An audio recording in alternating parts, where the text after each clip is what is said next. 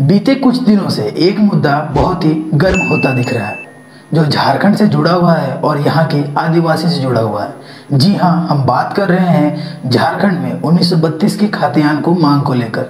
यह मुद्दा इतना ज़्यादा गर्म है कि ये आईपीएल के मैच में भी कई आदिवासी लोगों ने 1932 की खातियान को लिखकर अपने कपड़ों में इसे दर्शाने की कोशिश की, यानी कि हाईलाइट करने की कोशिश की। यहाँ तक कि लोग अपने पर्व त्योहारों में भी इसे दर्शा रहे हैं ताकि किसी तरह इसे लागू किया जाए। तो बात यह है कि आखिर क्या है झारखंड में 1932 की खातियान और क्यों, ये सवाल को सुलझाना बहुत ही जरूरी है। तो आइए आज के इस वीडियो में हम झारखंड में 1932 की खातियान की मांग और आदिवासियों के लिए बहुत ही अहम मुद्दे पर बात करेंगे। जोहार, आप सभी का एक बार फिर से स्वागत है आपके आदिवासी यूट्यूब चैनल मुंडारी न्यूज जगत पर। तो चलिए वीडियो में आगे बढ़ते हैं। झारखंड में 1932 की खातियान मांग तेज हो रही है। इसे लेकर समय समय पर प्रदर्शन भी होते रहा है।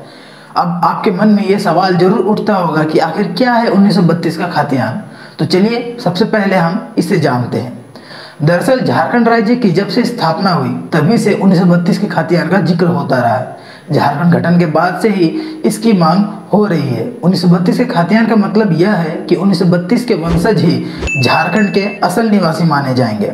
1932 के सर्वे में जिनका नाम खातियान में चढ़ा हुआ है उनके नाम ही खातियान आज भी है और उसी को लागू करने की मांग हो रही है।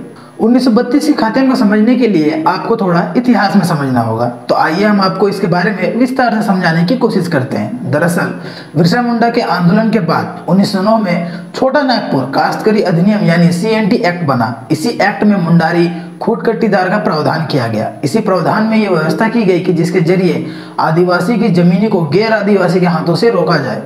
आज भी खातियान यहाँ के भूमि अधिकारों का मूल मंत्र या संविधान है। कहने का अर्थ है कि झारखंड में जो भी लोग 1932 के सर्वे में रहे हैं वो मूल निवासी कहलाएंगे और बाकी सभी बाहरी। ऐसे में झारखंड में कई बाहरी प्रवासी मजदूर भी आए और उन्होंने यहाँ अपना समय दिया। उसके उपरांत आज उनके पास भी 1932 की खातियान होगी, लेकिन वो लोग तो आदिवासी झारखंडी नहीं है।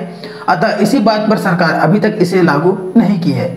आपको बता दें कि भाजपा मुख्यमंत्री बाबूलाल मरांडी ने वर्ष 2002 में राज्य की स्थानीयता को लेकर डोमिसाइल नीति लाई।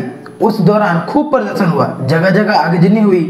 तब उस दौरान लोगों की मौत भी हुई। यह मामला झारखंड हाई कोर्ट तक पहुंच गया और कोर्ट ने इसे अमान्य घोषित कर दिया।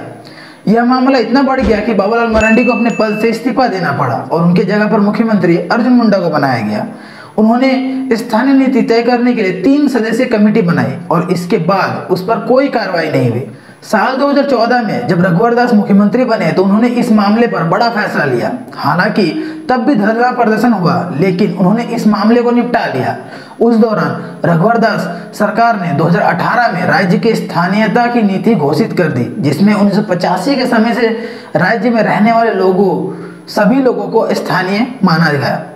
अगर हम बात करें 1932 की खातियान की तो जमशेदपुर में तो पूरा शहर ही टाटा स्टील का हो जाएगा, क्योंकि 1932 में जमशेदपुर शहर करीब 24,000 बीघा जमीन का रेयतदार टाटा स्टील के पास था। बिहार सरकार ने 1956 में बिहार भूमि सुधार अधिनियम लागू किया तो जमींदारी प्रथा भी खत्म हो गई।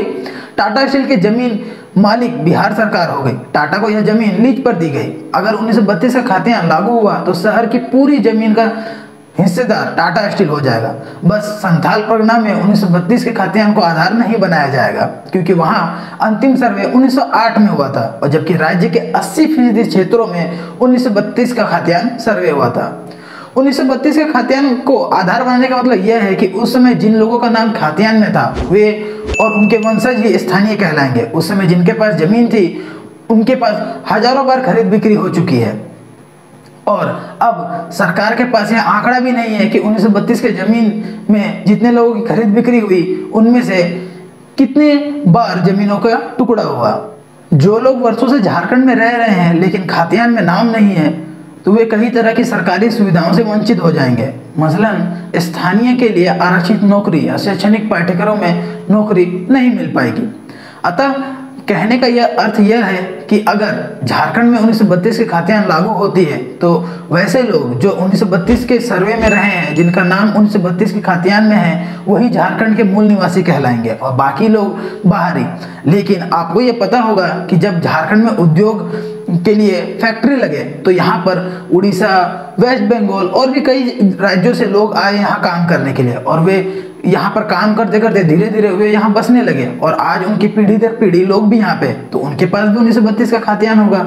यानी कि वे तो झारखंडी या आदिवासी है नहीं, लेकिन उन्हें भी इस झारखंड में स्थानीयता मिलेगी। इसी चीज को लेकर के अभी तक इस चीज को लागू नहीं की गई है। अगर 1932 का खाद्यान्न लागू होती है तो कई आदिवासियों को लाभ भी होगा और बाहरी लोगों को भी लाभ होगा। यानी कि कहने का अर्थ यही है कि खाद्यान्न अगर लागू होती है तो आदिवासियों को फायदा भी होगा और कहीं ना कहीं नुकसान भी होगा।